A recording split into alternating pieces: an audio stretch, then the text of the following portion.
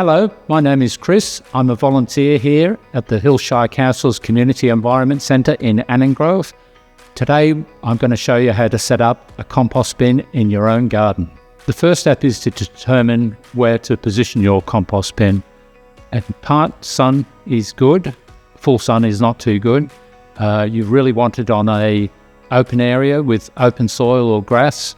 And the idea of that is so that the water can drain through the compost bin, we can get air into there, and worms and other creatures can come and go into the compost bin. You really want it fairly close to where you're going to be generating your material, whether it's close to the kitchen for kitchen scraps or whether it's close to your vegetable garden to get vegetable scraps.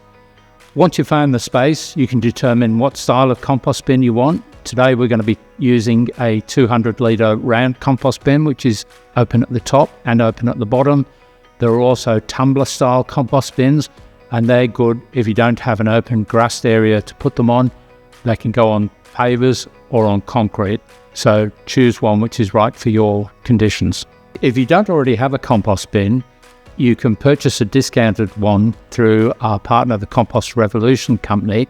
Their details are on the council's website or in the link below. Alternatively, you can buy a compost bin from your local nursery or from a hardware chain.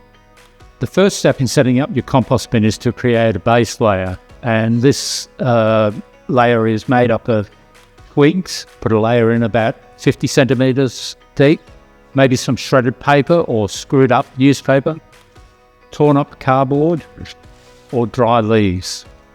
Any of that stuff is good to make a base layer. And the purpose of having that base layer is to allow moisture to drain through quite readily and also for air to circulate within the bin.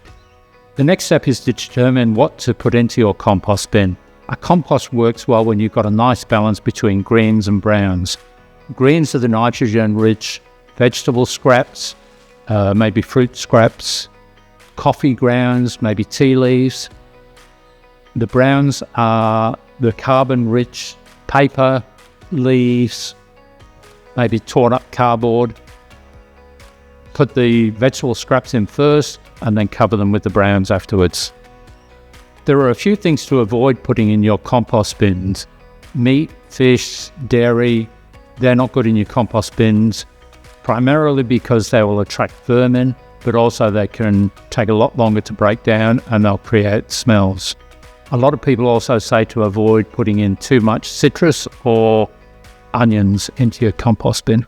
Another thing to avoid is pet waste. So dog manure and cat manure can all contain pathogens which are harmful to humans. So that's a no-no as far as your compost bin is concerned.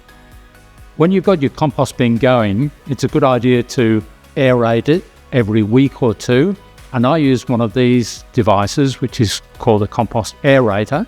You put it in the top of the compost bin, spin it around and lift it up. This will introduce some air into there.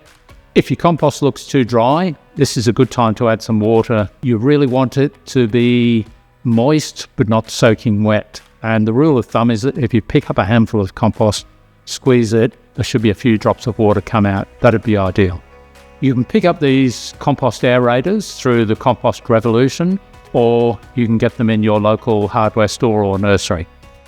You'll know that your compost is ready when the smell is not a bad smell, but it's an earthy smell. Your compost will look something like that, dark and crumbly, and not a bad smell there at all. You may still see a few bits and pieces of organic matter in there, which can be pulled out and put into the next batch of compost.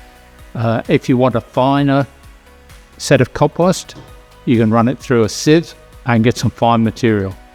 When you've finished harvesting your material, you can save about a shovelful of it to put back into the bin to kickstart the next batch of compost. And that's it. Composting is nice and simple, not too many difficult steps. In the next video, we're going to be talking about troubleshooting and how to recover from any problems with your compost. Thanks for watching. See you in the next video.